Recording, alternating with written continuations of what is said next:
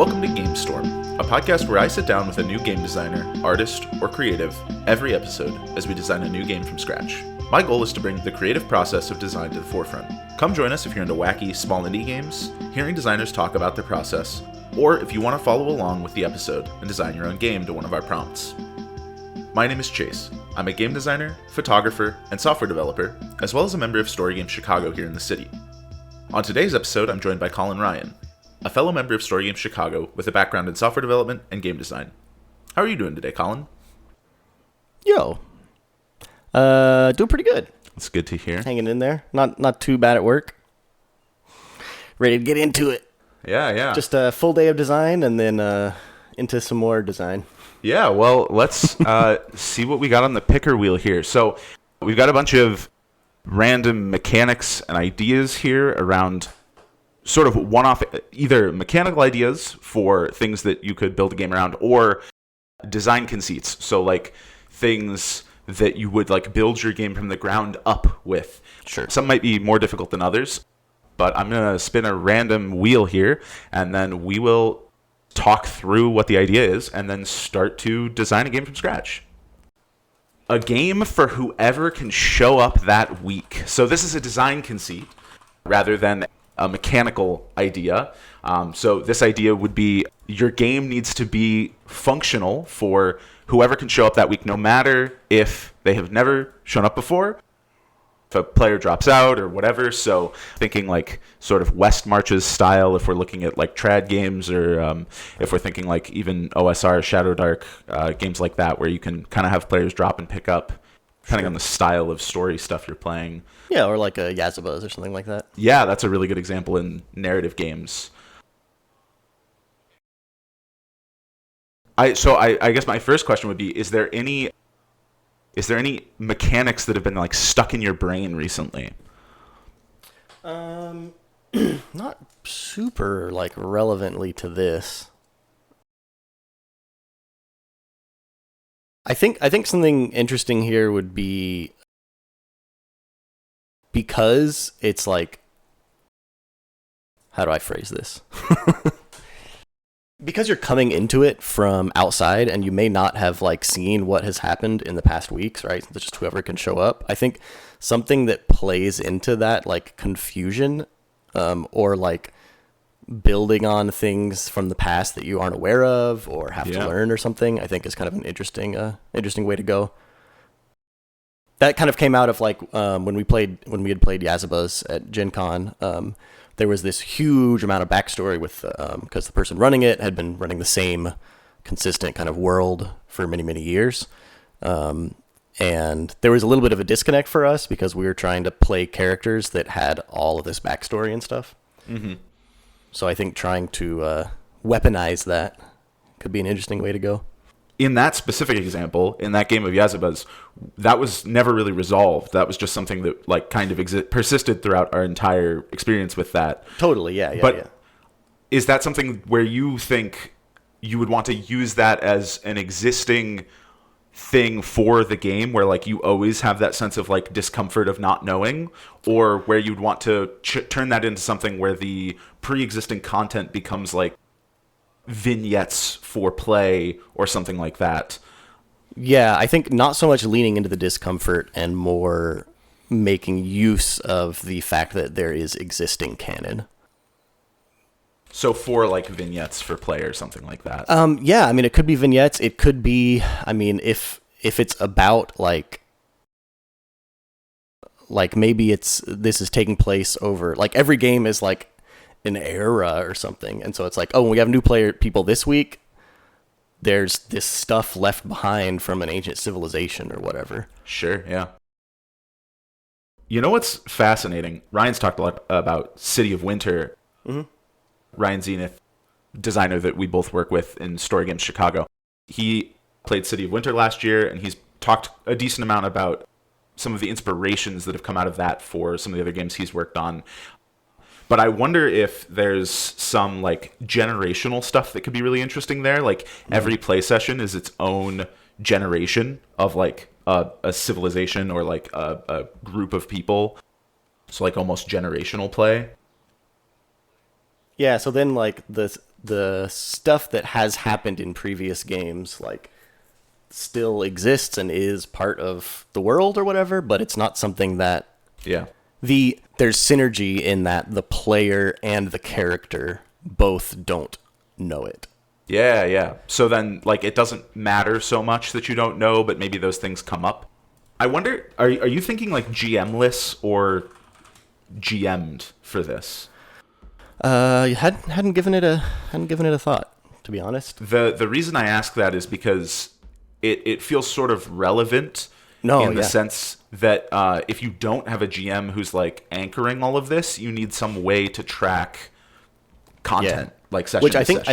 I think is maybe interesting, because if it's GM'd, then you have the GM who is the arbiter of the world. But if it's GM-less, then that means like maybe everyone is responsible for taking notes, and then you just have this pile of notes that you're going through the next time. Like, what happened? I do really like that. I really like that idea of like everyone has the perspective on that like generation, and Yeah. then each session that like generational perspective shifts through the lens of the next generation. So I really like that idea. Man, okay, so moving from like whether or not it's GM'd, what kind of setting are you thinking? That something that's been stuck in my brain a lot recently, just on that note, is the idea of building something that is, and I think this is a lot to do with like our current time. You mean 445? Boo, boo. No, but like something that is very much built around like a game that very much focuses community and like small scale communities. Like I've been messing around and like writing ideas around a game that is just centrally focused around like a small community and like how conflicts build and like happen and are resolved in those communities, and how like resources are like used and like split in communities that are like actually working in collective ways. Right. And I think those are really interesting stories, and that was one of the first places that my brain went in something like this, is like, Yeah. how does like a generational thing work in like small scale communities that are like, but I don't know that works immediately, but that's kind of something that my brain's been stuck on recently. Yeah, I think there's less room for the stories to get lost and discovered Yeah. on that scale. I feel like people, that stuff would be more in the kind of social consciousness, but not necessarily. I almost feel like the setting could be not important. Yeah, that's true. Like, I mean, there could be like, it could be like, oh, for example, what is that game? The world building game Which one? where, yeah, I know, right? With What's the spin mechanic? there's a fuck. I'm pretty sure there's a winter coming. It's not City of Winter though. My brain goes to Frostpunk, and that's like not a RPG. Quiet Year? Quiet Year. Yeah. I don't know There how we I go. got that, but yeah. Yeah. Right, like in the Quiet Year there are like things that are true about the world.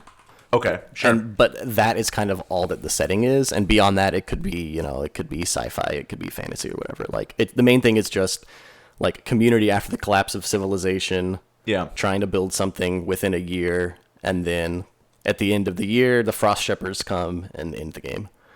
So yeah, I think no reason to rule out having a setting, but I think it doesn't necessarily need to have a fixed one. That is kind of where my brain goes when I've been thinking about sort of the community stuff that I have had in my brain, is like, it doesn't really need, like, I don't lean like sci-fi. I don't lean any specific way. So I do really like that. Well, and then if enough time has passed, like, you could have a sci-fi session, and then the next session it's fantasy, Yeah, yeah. and you're finding these relics of like from the past session, like, oh, these guys had laser guns, like what the hell is this? And then you can do the loop all over again. Yeah, of like yeah, going yeah. back into, yeah, that is a really cool idea. Interesting. Next question. What's the resolution mechanic? If there is one.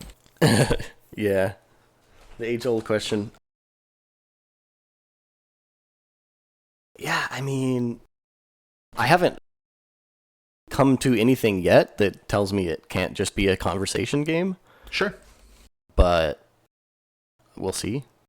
I guess it kind of depends on where does a session go? Does it have an end point where it's like, okay, this is where now like the apocalypse happens or whatever, and so we'll pick up next time. Yeah. Also, like, how do vignettes play in, like, when do vignettes from the previous session or whatever, or sessions, come into play? Like, what Right. triggers those and what Yeah. creates their relevance beyond just, like, creating an interesting narrative? Yeah, I'm probably influenced by how much Blueprints I've been playing, but Oh, yeah. I really like just like digging around in a pile of stuff. I feel like maybe you could artificially like mechanically restrict it somewhat, but I think just having like a big stack of a bunch of people's notes about the previous era is like interesting. And like just rifling through them. Maybe you could do something there with maybe you're drawing them in order or you're I kind of like the legacy game thing where like this has been really popular in like legacy board games recently, where like as you rifle through these things, they get damaged or changed in some way. Like you rifle through and you find these like vignettes or memories, and then like every time you view a memory, it gets like deleted or destroyed. I think that's kind of interesting because then like you experience something that the next generation might not. Yeah, in fact, I think I would imagine the majority of the notes or relics or whatever would be only from the one session prior, Yeah. and then maybe some way of mechanizing if you want to keep something around from further back. Yeah, yeah. Or maybe only a certain percentage of them go through or whatever, but yeah, I think having like a few really old things and then Because then you get that like vibe of like, oh, we have a little bit of info about really old yeah. like generations, but we don't have very much, and you get that sort of shifting as time goes on. And I really like having that happen organically as people like sift through and find the vignettes of the previous generation. Something that I think is interesting though is how do you create those new notes? Because the game can't be all sifting through old notes or 100%, new ones yeah. would never get created. Yeah. So there's the viewing history, and then like what is creating history. And I don't know yet, but that was my first question that popped up thinking about that. Well, and I think I would want to do some creation before you can even look at the history. So you're not you're just not deriving it poisoned. from that. Yeah. So it's almost like play should be like create history, view history. Yeah, and it could be a phasic thing where like everyone makes some notes about some truths of the world, and then you have a phase where there's some time to go through the old stuff, and then kind of going back to like, what's the word I'm looking for? Getting those straight, making those make sense. So it's almost like I can't think of the word for it, like adjusting history, or like that's not the right word. Taking history and like making it fit whatever your conception of it is. Yeah, because you have like these truths about the past and truths about the present. So then there's kind of this like, do you want to re-explain things from the past or reframe them, or do you want to try to like draw the through line of like how do we get from this to the present?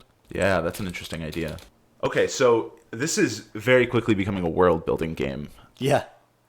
which is fine. There's no problem with that. And we did talk about City of Winter, or not City of Winter, The Quiet Year. So that makes a lot of sense.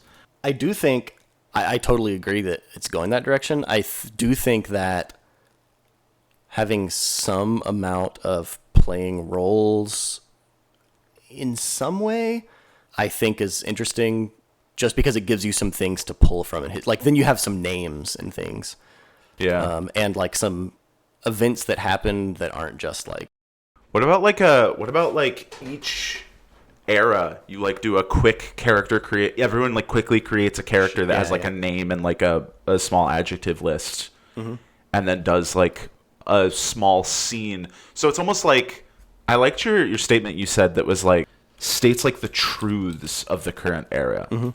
Because that's a really interesting way of framing the way that like we build worlds, and the way that we like come up with how worlds exist is like, if you came up with 5 words or phrases or something like that were like the way that this world existed, or like what are like 5 words or phrases that describe our current era now, like that's a hard task, but I think that's easier if you're not describing an existing era, because you can be a little bit more prescriptive. And then discovering past truths, and then reckoning with past truths, and maybe this is like also a role play vignette or something like that. And that's when you kind of like create characters and do something like that. I'm not sure exactly what you'd call that, because I haven't seen that in other games before, where you actually like create the characters. Yeah, I don't know. I mean, you do that in City of Winter, as far as I understand, but I haven't played it, so. Yeah, me neither. That would be a good touchstone or for something like this. Yeah. I really like the idea of the note cards getting like destroyed over time, and like. Yeah, and I like. I mean, there needs to be some bounds for sure on what the notes are, but I think to some extent having note cards that are like, oh, Eric was just like jotting down this stuff that was going on, and I can barely even tell what the hell he's talking about. And I think like that's a cool part of the thing, where it's like, yeah, some weird old dude wrote this down 1,000 years ago, and like now it doesn't make any sense to me. Yeah. Oh! I remember what I was gonna say. One other thing that I think would be interesting to explore is there some sort of special role for people who were there last week? Ooh, yeah. Because that will happen too, for sure. Yeah. And they will have player knowledge that other people won't. That kind of breaks that player character knowledge link.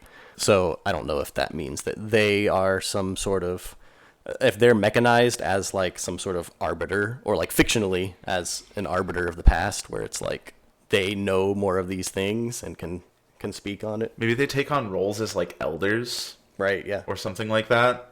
That's an interesting idea. I was just thinking too, players, rather than just making a character from scratch, from like blank or whatever, having like archetype lists or something like that. That way it's like, it just facilitates quick character creation. And we could probably like go deep on like how City of Winter does it, but that would probably take a little bit of time. So that'd be a good thing to do after this if we wanted to expand on this idea. But just like a list of archetypes that fits with like a relatively generic type of character, and then people could build off of that with like a list of adjectives or something. Yeah, totally. I like the idea of like, then if everyone comes from last week, you pick like maybe 1 or 2. Or I mean, maybe it's everybody, and then it's just like a group of old people. Well, I mean, they don't necessarily have to be old, right? They Sure. just have some authority or knowledge over the old truths that other people don't have. Yeah. Yeah, maybe that's, recordings that are private to them, or maybe it's passed down to their family or whatever. Like That's fair, yeah. I guess that's true. You could have like old letters or something like that give you insight that other people don't have. Because then you can have like that sort of generational game thing where you have like a character who gets created, and then 3 sessions later their great-grandson gets created, because you have like a connection through the past truths that you've discovered or something like that. And I think that's a really interesting idea, personally. Okay, so I wonder, is there any situation where you need anything more than just a conversation and creating index cards of truths? Or is that pretty much all this game needs? I think it needs a little bit of structure and prompt to kind of drive things. Yeah, prompts. Doesn't necessarily mean it needs like a resolution mechanic, but Yeah. Because that doesn't feel right for something like this. yeah. Especially, it feels like it needs prompts for like the 3rd phase of play, if you're going to have like role play. But it might even need prompts for like phase 1. So like maybe phase 1 and phase 3 need prompts. Yeah, I feel like phase 1. I mean, you could even have role play there too. I feel like you could potentially have it throughout even, but Yeah. yeah, I think the first phase could easily just be like everybody write down some things that are true, or like events in recent memory. I mean, that's still prompts, I guess, right? Yeah, yeah. A few prompts of things to write down, and then yeah, I think the reason that I like roleplay here so much as opposed to just world building is because then you get more kind of scribbled notes of things happening. Yeah. If it's just like stating truths and then reckoning with the past truth, it's very much everyone sits down and does their writing exercise of like, here is a thing that has happened, and there are dragons in the world, and like they're just like, then you get that. Someone else gets that the next week and has a note card that's like, okay, this is very, very clear, as opposed to like, Randolph fell and broke his leg in the woods, like on just like a random piece of notes where you're like, what does this have to do with anything? Or like have Joey's more of that grandfather claimed that he fought a dragon, right? Exactly. on the island of whatever.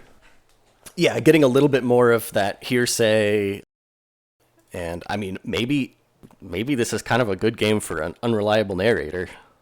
And some unreliable narration. I don't know that you'd want all No, narration, definitely but like, not. but a little bit might be fun. That could even be an archetypal thing where Yeah, it's like, yeah. this is the person who's trying to twist things, and then Ryan would play that every time. Yeah, that's true. So phase 1 is mostly writing down prompts or writing down truths about the world that are evoked from prompts, but also just like from your brain, and trying to shift players into that frame of mind where they're doing things that are more in character, in world, than in the context of someone just being like what we were saying, here be dragons or whatever. Right. I guess here be dragons is more in world than just saying there are dragons. Yeah. Well, and I think just like getting things started, and I think there shouldn't be unreliable narration. I think that should be like, these are clear truths, and that sort of stuff can come up more in the role play kind of in the like later phases of like either notes taken during role play or notes taken on like looking into the past or whatever. Phase 2 is then when you're actually digging through your stack of note cards. Yeah, and that's certainly the thing that I have the least like mechanical like gameplay thoughts on. Like, it's really fun interacting with artifacts of play. Yes. And I like digging through old notes and stuff like that. Maybe the mechanic is just there's a time limit. It's like you've got 1 minute to like dig through all this stuff. I think talking about the destroying and damaging, I think my thinking there now is the players have some sort of, maybe it's a vote or maybe it's mechanically decided through some sort of conflict or whatever. The players having a say in what notes persist. So it's less of a if they're used, it's more of a everything from this generation goes unless players choose to keep it. I think maybe like everything. I'm not sure exactly the mechanics of it, but I like the idea of like, this is the guy, like I'm playing as the guy who is trying to remove from the history books that this war happened. Yeah. And so like there's all these notes and I'm trying to convince people like, hey, let's vote that these notes don't go in. That makes me feel like making your character needs to happen right at the start. Yeah. Which I think makes a lot more sense, because then you're writing down the truths of the world as that character as well, which also kind of makes more sense. But I think it maybe comes right after, just because fair. I feel like you want to know what everyone else has written when you're making your character. That's true. And then the truths of the world don't run into the unreliable narration problem, Right. which we were talking The about unreliability earlier. comes into later if people want to strike those truths from the record. Yeah. I guess here's something that is in my brain, and I'm wondering what you're thinking. So for the truths, so let's say this is our second session. Mm-hmm. We have a bunch of note cards from the last session. Yeah. And we just wrote the truths for this current generation. Mm-hmm. Are all of the note cards we just wrote as truths, are those all going to go through always? Or does that also depend on our vote? No, I think that is maybe the most prescient to be decided by the players at the table. Yeah, because then you have that element. Yeah, because of things that you actually participated in. Yeah. I mean, I think you should be able to have say on the past ones and the present ones. So it's almost like all history should be destroyed unless you put a vote to like save it or whatever. Yeah, or maybe it all stays unless you vote to destroy it. Yeah, that's maybe interesting too. maybe there's only a certain amount that can come through. That's kind of what I was thinking. Yeah, It's I'm like not two votes sure for player or something. But then exactly that's where it goes, but a little weird because then you like get less history if you have less players, which is kind of strange. yeah, and I think a min or a max is weird because also like, what if this person has one note card they wrote down a ton of stuff on, Yeah. as opposed to like, well, actually, that's kind of real because like. Yeah. You don't know, like, if this library gets destroyed that Yeah. has so much information in one place. I was literally just thinking of the Library of Alexandria. Yeah, when you said that. exactly. As opposed to like one note that gets through that has, there used to be dragons. Like, Yeah. No, I destroy / damn. And something else I was thinking is it could be interesting to have a way to like, so maybe like all the cards are written in pencil and you like smudge or like damage parts of the cards. tear them up. Well, yeah, that too. Like, but like, I'm just thinking like there could be an element of things getting damaged or harder to read over time without them being fully destroyed. So you get like the here be dragons, but the dragons is smudged off. So it's just like here be smudge. Yeah, and you can kind of try to read it. Yeah, and there. like that's kind of interesting to me as That's well. super cool, yeah. Really plays into the artifact. I kind of like the idea of like destroy cards that are used, damage any that aren't voted to be saved or something. What if But that might be inverse from what it should be. so if there's a way to during play determine who like gets a card, Sure. then whatever cards you have at the end of play, you do what you want with. So you can say, this one goes into the history books, this one doesn't. This one, I'm going to erase dragons and just put that and we'll see. That is really funny. I think maybe you can't add. It's just either it goes in, it doesn't, or you selectively remove however you want. Sure, yeah. Smudge a bit. Right. So then I immediately start thinking, get some chips and have like a bidding. Yeah, it's like a mechanic. token thing. Yeah. Where it's like, I really want to have the say on this thing. Like, I'm going to put all my chips on it or whatever. Like, So now we're getting into like your weird like oligarchs who are like deciding history, or like rulers deciding history. yeah. And I mean, that is something that could be justified as like there is a person or a society that wants this, or it could just be kind of a fictionally like, happened to be lost. Or Got whatever, lost, but- yeah. It doesn't. I mean, it doesn't literally have to be that, but that is kind of what it sounds like. You're like the weird like rulers who are like picking what information to pass through, which is like kind of a fascinating idea. I do really like the idea of a token system here. That does make me think though. How many truths do you think should be written? Is this like a 2 per person kind of thing? Yeah, I don't know. Because it needs to be more than 1 per person, I think. Sure, yeah. Well, I guess it depends on how you do like the notes later, because I feel like these things would all get kind of gathered together. Actually, you know what? Okay, so maybe this first thing, you state that everyone states a truth, but those aren't, we put all those together in one place, like on a piece of paper, so we all know it. But that doesn't actually get passed down. Sure. That is just so we know what the world is.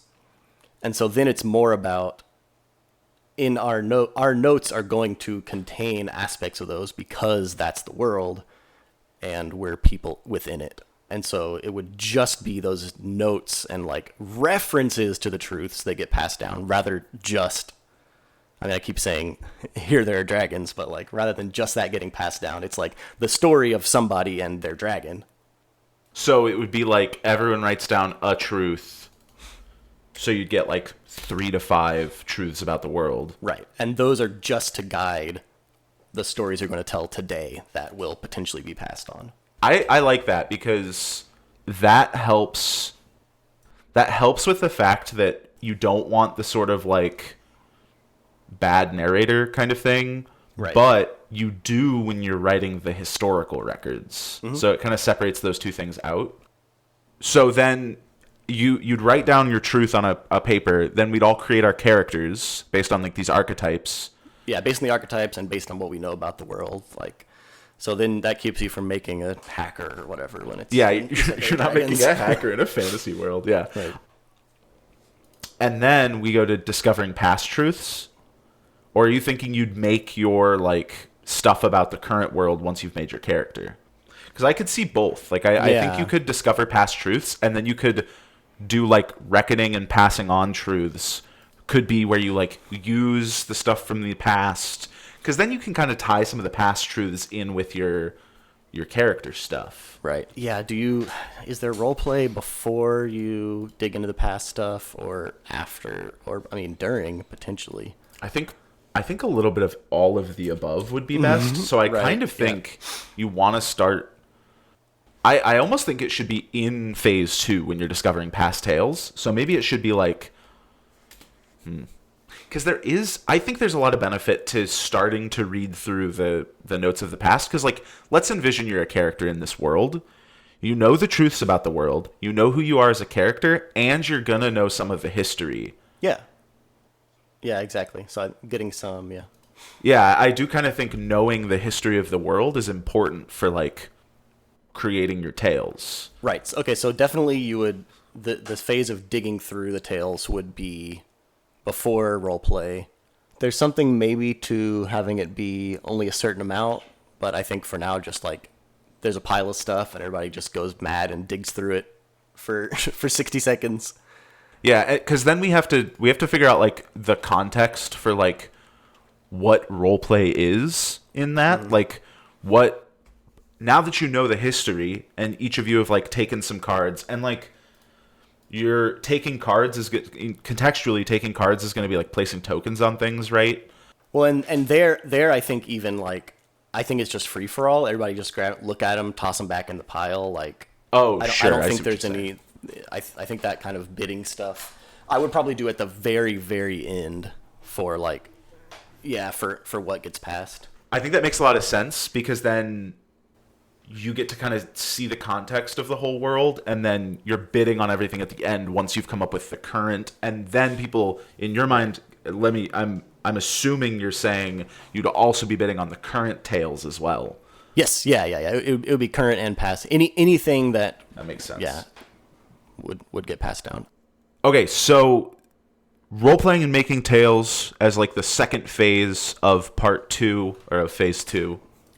Yeah, I mean, probably phase 3, honestly, and then we change this one to 4. That's fair. Yeah, making your own tales, and that probably needs to be like what 1 to 2 tales per person or something like that, so it doesn't get like untenable. I like it as just being like, it's notes. Like if you got a spiral rule book and you're just writing stuff down on there, tear it out and throw it in the pile. If people have stacks of note cards, do that. But just like write stuff down. Just thinking about like all of the notes that you've taken in campaigns, whether as like a GM or as just a player, the just like scattered around scribbly makes no sense. Like if somebody outside was to look at it and be like, what does any of this mean? I think that's really fun. I also love the idea that in this game, you would write down your truth about the world before you know anything about the past. Yeah. You'd come in and sit down, and they just played last week a like Cyberpunk game, and you'd be like, the forests cover the entire world, and someone else would be like, what the fuck? Yeah, and it's like, well, a million years have passed since then, so. Yeah. I just think that's really cool. Like that could create some awesome things. Or someone who played last week is the first one to do a truth, and they set the setting much more similar. Right, yeah. So I think that's really neat. Okay, so everyone we do role playing and make notes. I think this is another place where we need prompts. Yes, I think this is the place that has the most left to go, because I think like the fourth part here of like reckoning and passing on, I think we can figure out the specifics of it, but it is kind of just Token system. Even regardless of the token, like that's specifics, right? But even just like some notes, some tales pass on, like unchanged. Some suffer losses. No, how is that? But it's like some are damaged in their viewing damaged, or something, and some are lost or hidden. Dramatic. Oh, I love the idea that someone like hides a thing somewhere and it gets found like 4 sessions later. Well, and so that's something like in the notes, if like Chase is trying to obscure the fact, like get rid of the fact that there are dragons. Yeah. Or like get rid of some evidence of a coup or something. And so I'm taking my notes about whatever roleplay stuff that's going on, but then just try to like put a little down in the corner, like, don't forget about the coup. Just like hide a little thing in there that's like yeah, just weird little stuff like that. But yeah, so I think everything else feels pretty good. It's mostly just the role play thing is like has a lot of more that needs to be pulled out of it. Yeah, because it needs like scaffolding to like what do you role play about and where does it go and how does it, especially for what GMless. Why do we care about the past? Who are the players? Yeah. So I guess the easiest thing to do here is that the players are always related to the previous table somehow. I think that's the easiest thing to do, because then you have a reason to care about the past in some shape. Or they could be like archaeologists. I think, yeah. I guess the question of do the characters need to have a vested interest in the past, or is just the players enough? Yeah, I guess that's a good question. Is it the player or the character who's bidding on notes and changing them? Yeah. The character has to have some buy-in at some level, I feel like. Yeah, that's what I kind of think. Especially with the like you're the king of this realm who's trying to have something, have your affair just stricken from the record or whatever. I don't know, it kind of feels a little boring if it's just like you're all family and you're just like hanging out. Yeah, I mean I think that's why archetypes are so strong. Yeah. Because they give you something to work with, but aren't prescriptive of like necessarily relationships between the characters or things like position of power or like. That's actually probably a better one than ruler, actually. What's a good archetype that is an unreliable narrator, right? Position of power. That's fair, I guess. That's very fair. You're trying to tell the victor's story. Fair. But like, because archetypes need to be generic enough so as to not be setting specific. Yeah. Which is why like ruler feels a little bit too. Totally. I mean, It feels a little bit setting specific, even though it's not really. Just the vibe of the word. Yeah. Yeah.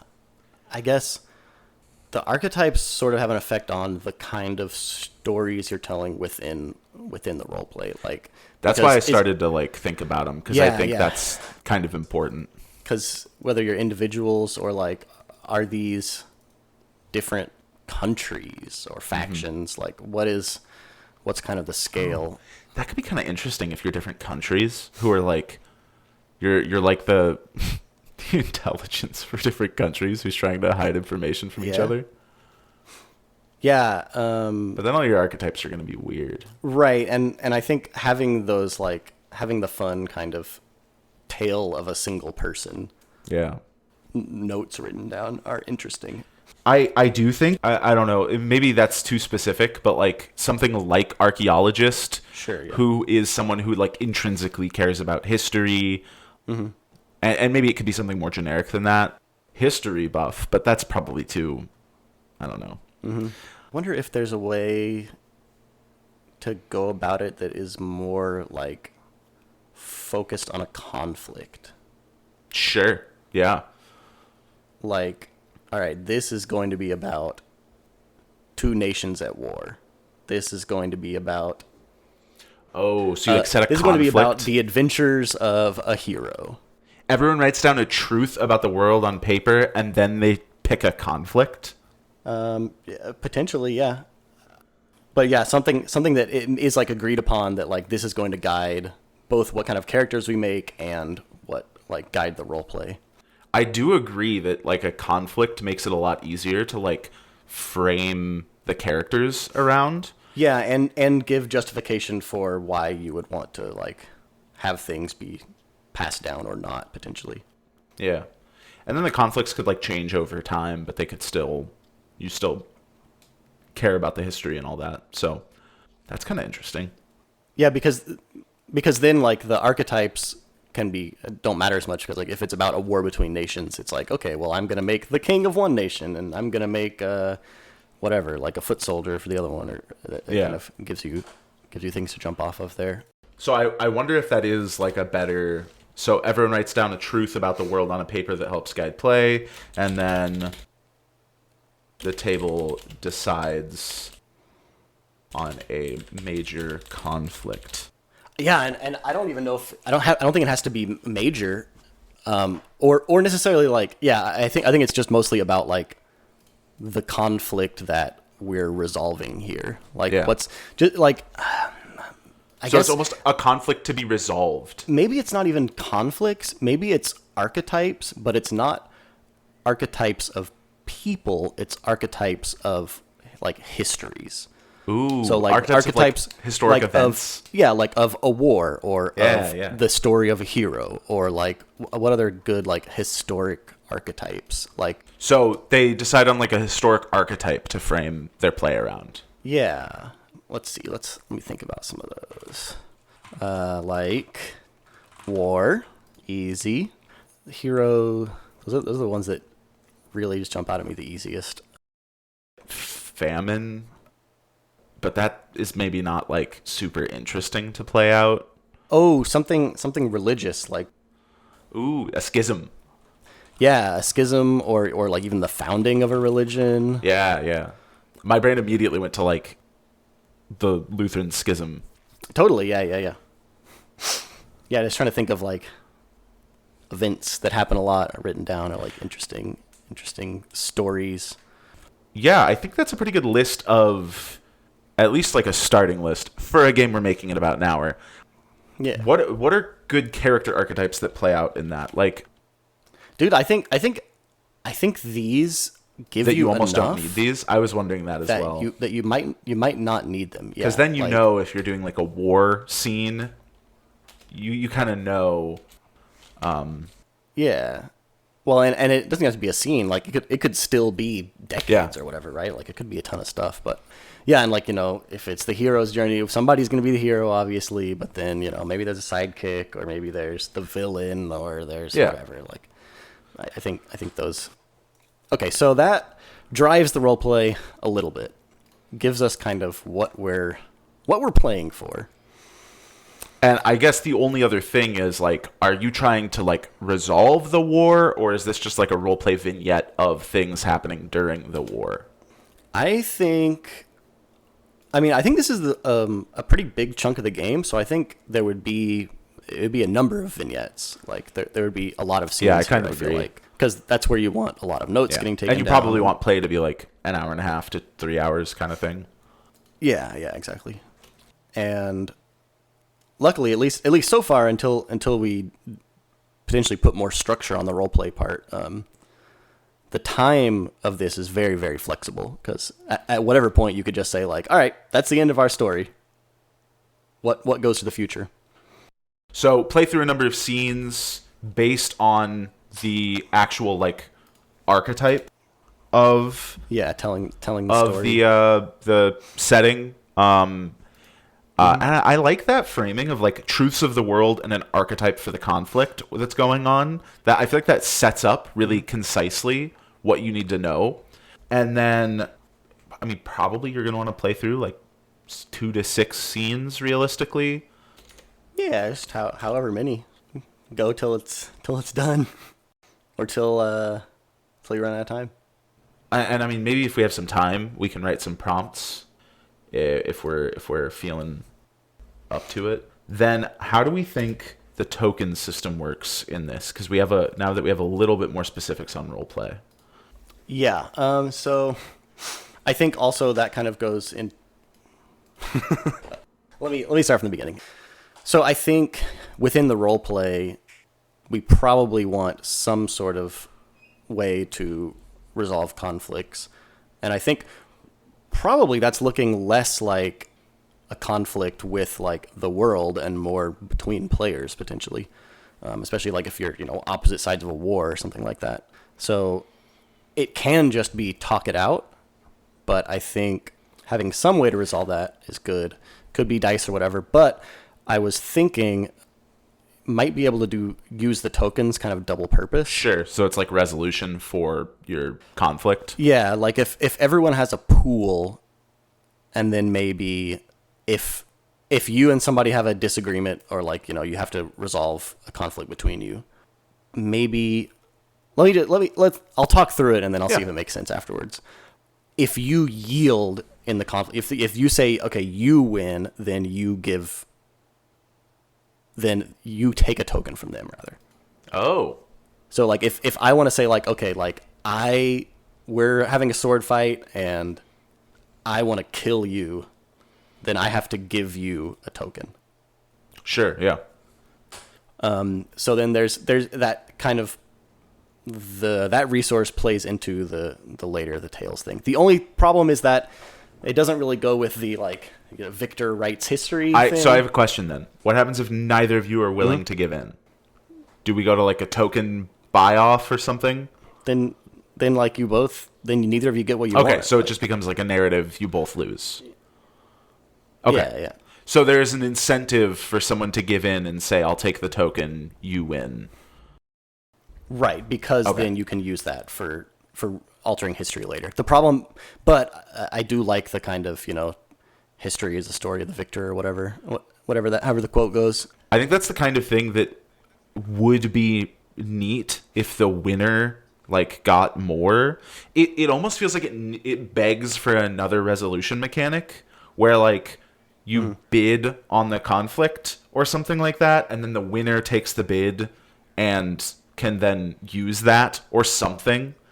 Or even if it's not like a bid where it's literally just the winner takes a token from the loser, and then like you were saying, the victor can rewrite history more easily. Yeah, but I don't really want another resolution mechanic. Yeah, and you don't want the winner to also take the feels token, bad. because then you get what you want then, and you get what you want later. But I just mean like it ties to the sort of thematic idea a bit. Yeah. So, and that's where I say that like I don't think that works, but I think that is like where my mind immediately goes. So I think what you're saying works. I think I'd have to play it before I could like come up with a better version. So I think that's what we should probably go with. I mean, we're almost at an hour, so like might as well, right? Yeah, it works for now. I'm trying to stew on something else, but yeah, not sure. And then that just goes to in the last phase, you have your pool of tokens that has either shrunk or expanded, and then you use those for. So a player can choose to lose to take a token from the winner. I guess probably the best way to do it is to say if whoever bids more tokens wins, and the other person takes those tokens. Okay. Yeah, that's maybe a better way to say it. And you can choose to both lose. If there was a way to both win, then you should have figured that out in the conversation before you got to this point.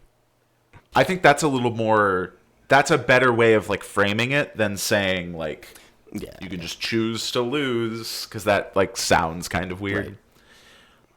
But I think that works for like conflict resolution. It gives people a lot of agency in what they're choosing to do, and I imagine in most cases players won't want to do that. So, which is fine. That encourages the conversation. And then, yeah, at the end, I feel like it's just you put out all of the tales from the past and the present. Yes. Players use their tokens to like bid on which ones they want to control the fate of. And then it becomes a game of how many tokens did you keep through the role play, and what history do you want control over? Both as your character, but also like as a player, if you have something that you think would be fun to do. Mm-hmm. And then ownership of the history lets you choose to pass it along. Yeah, you decide what to do with it. Yeah, and I think my gut says that adding to it is like not right. I kind of agree with that, because otherwise I like erasing. I sort of think adding to it takes away from the idea of like building notes and interesting like history. Yeah. Anything you would have wanted to add to it, you could have added during your notes during roleplay. And then it's once you've paid for it, it's either you can censor things, get rid of all of it, or keep it all. I love the idea of like censoring stuff in the history. Like that's so fun. Yeah, erase it or black it out or whatever. Like. Okay, and then next session you'd start the whole thing all over again. Are we thinking, does it matter how many tokens people get? What is it, like 10, 20? I think it matters a little bit. That's kind of what I was thinking. It doesn't. I mean, it matters. It matters quite a bit potentially in like how fiddly it gets, with like the bidding in particular. The only thing that gets weird. Well, I guess there are two things that matter here. If there's no limit to how many notes go into history, if you only get like 10 tokens, then there's a chance that not everything can get bid on. Which I think is fine. But we just need to, like, what happens to those things. I think it's fine, too. They just get lost. Just and that's where I was leaning towards as well. I would assume they get lost. But we should be, like, aware of that, right? Yeah. I think something to drive people towards the notes being a little bit, like... Because I could easily see during roleplay, it's like everyone has one note card, and they put all their notes that they want to take on one note card, and then there's just, like, 4 note cards that have... all of everything. Yeah, that makes me lean towards like 5 to 10 tokens, but that might even be too many. Oh, I mean, just in term, not even the tokens. I'm talking about just in the role playing phase when you're making the notes. Like if only 4 get made. But the reason I say that is because if people are only making 4 every time, a lot will pass through, and it'll be like multiple generations before you even have a chance to lose any, even at like 5 to 10 tokens. Yeah. So I guess the way to do it would be to scale the tokens based on how many notes there are. That's an interesting thought. So, and then what it could you could have token resolution pool, which would be small, probably. You would do that, and then after that, everybody would get, or like however many notes there are. Yeah, it could be 1 token for each note. I like the idea of 1 token for each note from the past generation, because then it doesn't account for any of the new stuff. But then if you have like 4 notes from the past generation or whatever, everyone has 4, and if you all make a bunch of notes for the new generation, you got to get a little choosy. If you have 10 notes from the past generation, then you all get 10, and you can get a little bit more spendy with stuff. I think that is interesting because it makes the more past there is, the more you have to work with in your conflicts. That was kind of a gut thought. That doesn't really like tie to anything specifically, but that feels like it works pretty well. Mm-hmm. So that might be a good place to start. I feel like this gets us to a pretty good place. I mean, the big thing we're missing is like prompts for a lot of this stuff, obviously, but... Yeah, totally. Oh, I think also we should repeat this token thing. You get, like, before we go to the reckoning here, is everybody gets 1 token for every note from Oh, this really? generation as I well. was thinking it's actually kind of interesting if you only have stuff for the past.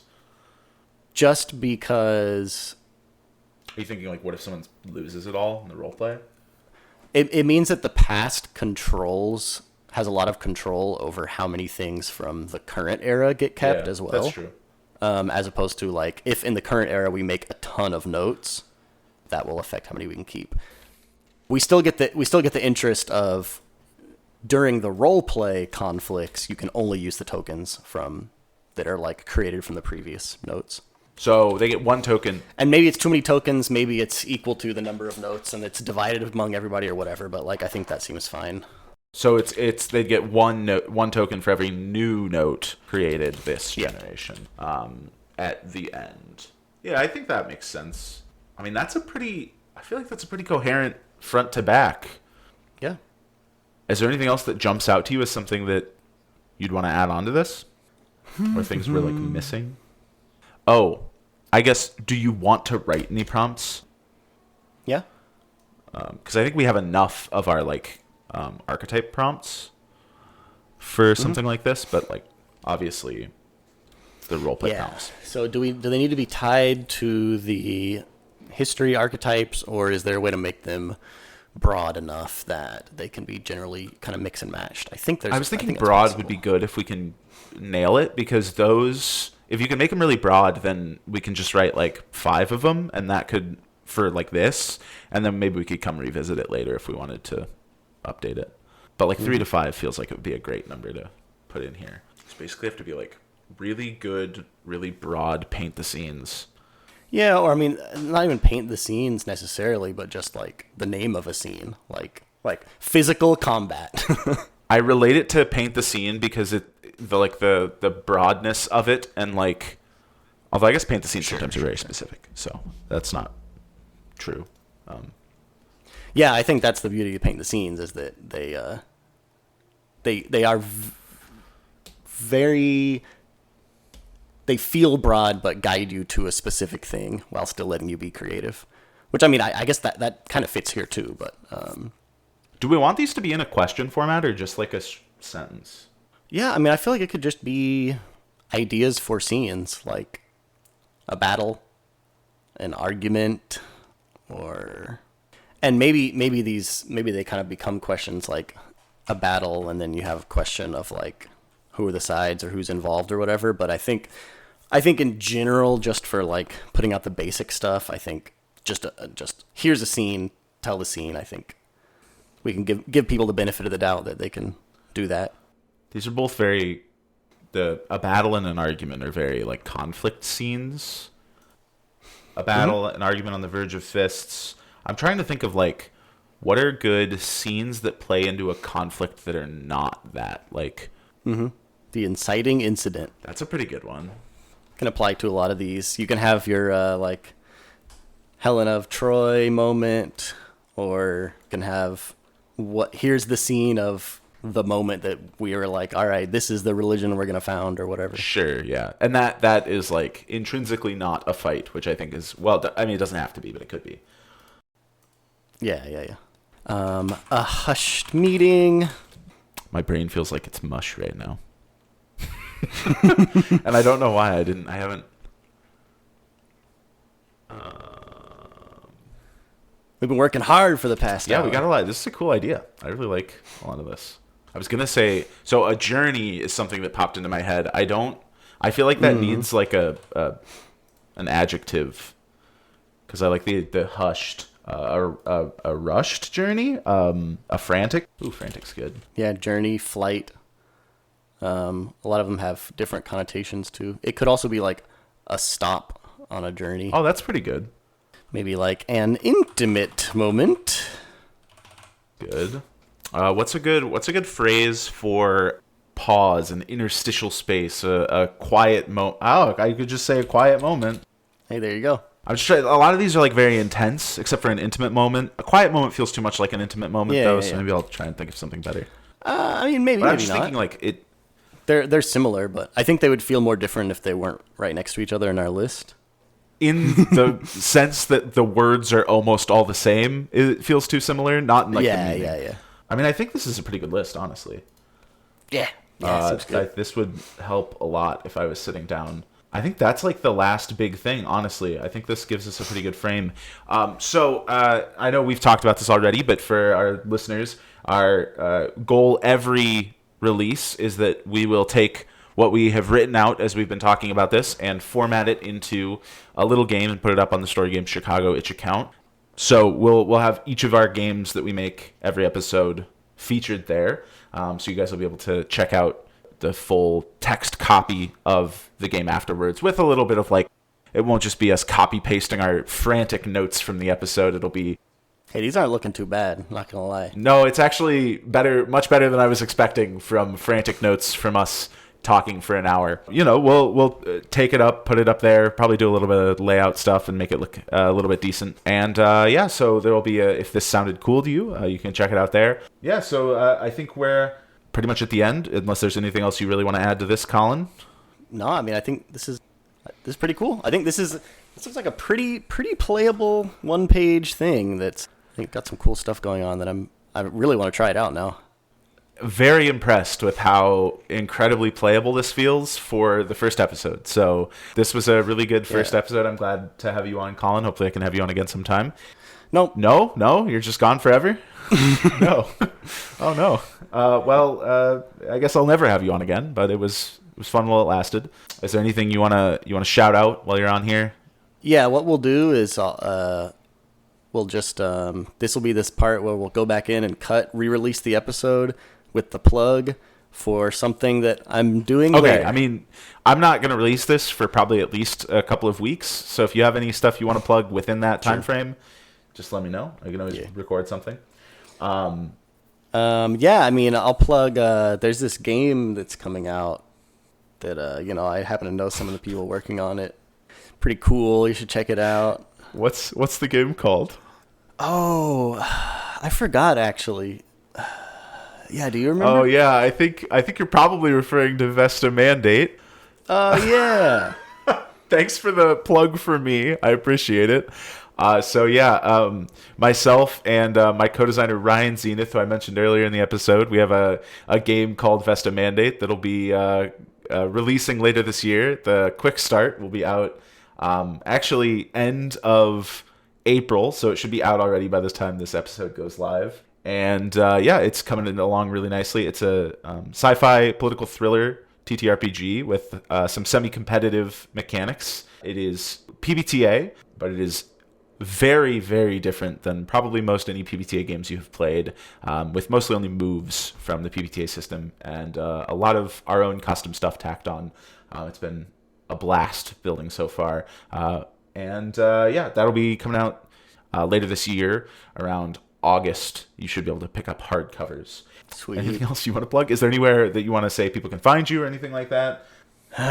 Nah, man. I need to get on Blue Sky, but I haven't really been using social media ever since I stopped using Twitter. That is very reasonable. Well, if you get on Blue Sky before this goes live, let me know, and I can always add you to show notes or anything like that. So my name is Chase Kierkowski with Story Games Chicago, and this has been Game Storm. You can find me on Blue Sky at CH Kirk.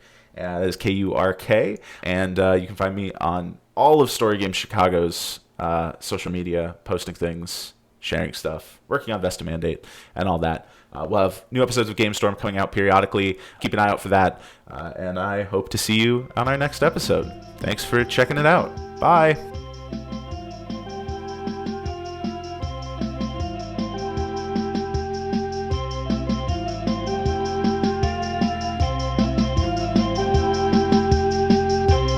I need to go grab my water real quick. Oh yeah, go for it. I'm parched.